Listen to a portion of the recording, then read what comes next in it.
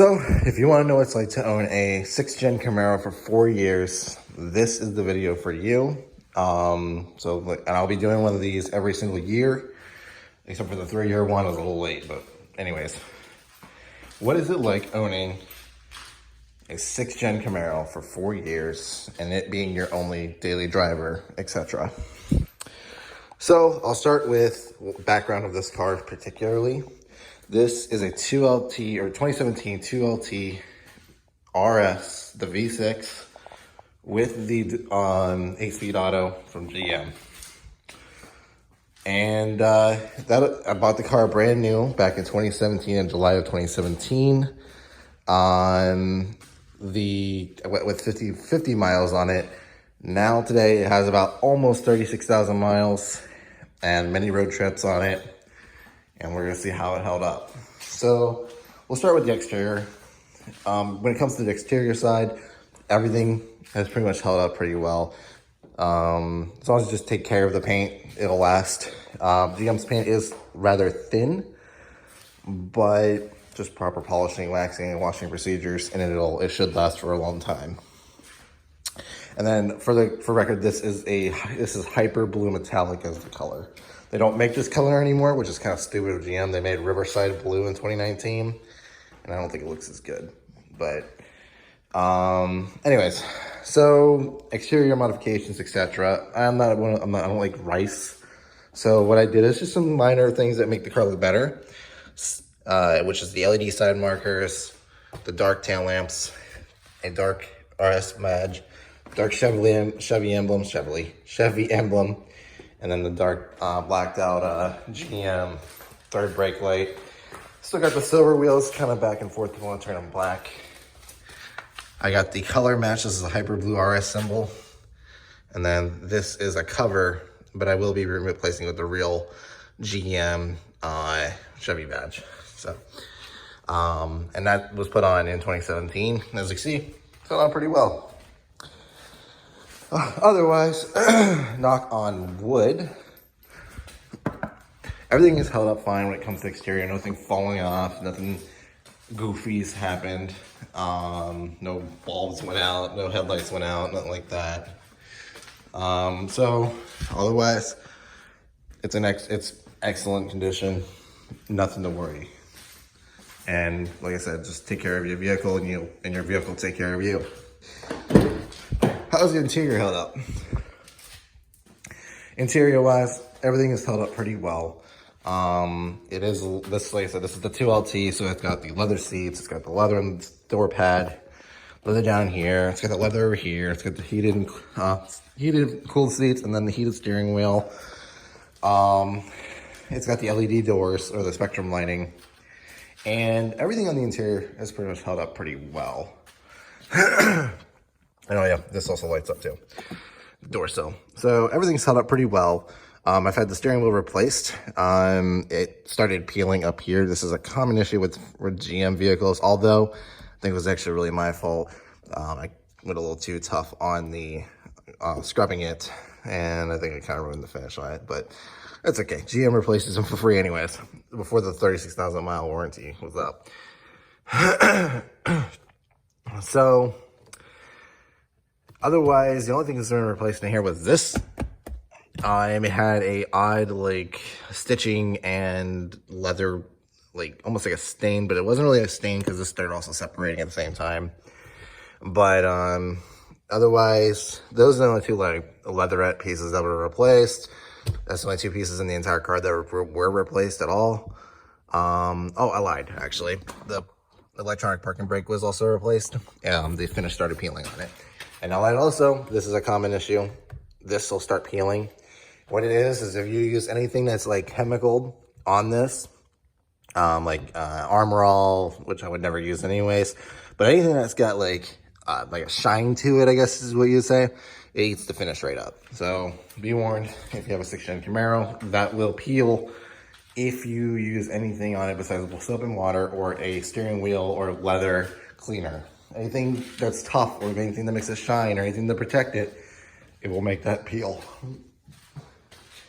Otherwise, like I said, everything's held up. Everything still works. Like I said, almost 36,000 miles. The car doesn't get driven as much anymore. Actually, let's go do the powertrain. The car doesn't get driven as much anymore as it used to.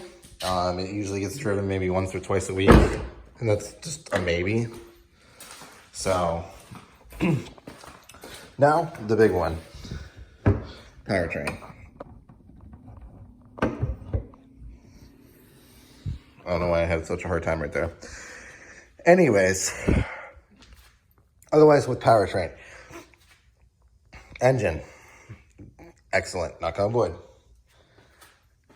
Everything's been good, no engine problems, no water pump leakage, no timing chain issues, car is an oil change at 5,000 miles religiously, full synthetic oil, all is good.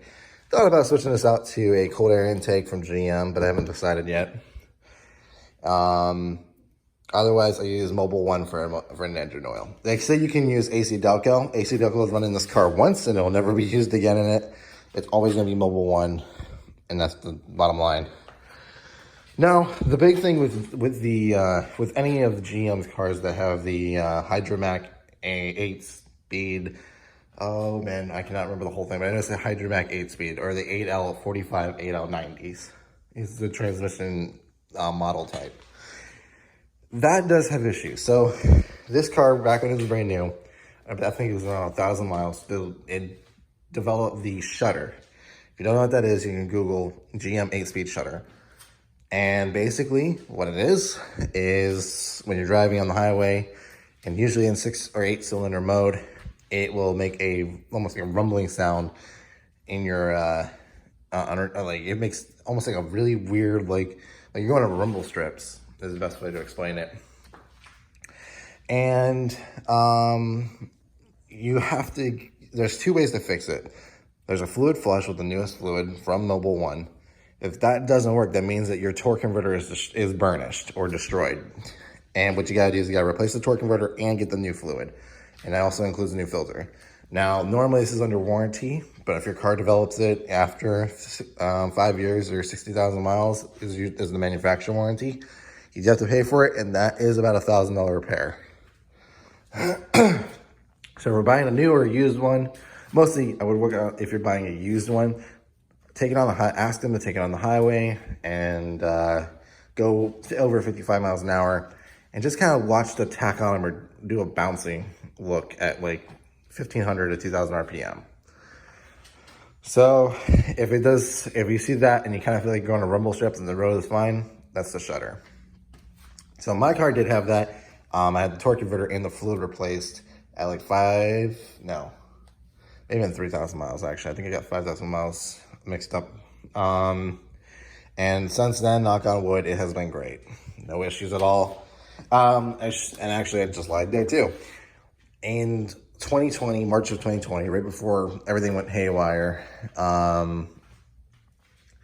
the transmission control the wiring harness to it shorted out and caused the check engine light. Now the car ran fine. It just had a check engine light. But that was covered underneath the warranty, and that was also a pretty expensive repair. That's probably like $1,500, maybe $2,000 repair. But it was all under, of course, GM paid for it. And I also it just spiked my memory. There was one last thing that was replaced in the inside was the headliner. What happens is the headliners in these cars, they'll tend to pull down or sag in the front. It's just a weird issue. And there's an updated headliner with an updated glue, I guess. That happened in summer of last year, and this car was sitting at a dealership when I had a rental car for about 3 months. So otherwise, change your oil, take care of the car, change the transmission fluid. I'd recommend around 60,000 miles. If you can get it for free from GM, that'd be awesome. If you can't, and you have to pay for it, then it's better than buying a new transmission down the line. Otherwise, everything's good. And the same brakes, same everything, same tires actually, but they will need replaced this year. Let's do an Eagle F1 asymmetric, all seasons. in which they are the high performance all seasons. But yeah, that's everything. And if you have any questions, don't be afraid to reach out to me. My whole purpose of these videos is to help you out if you're buying used or buying new and you want to know how the reliability is. Thank you.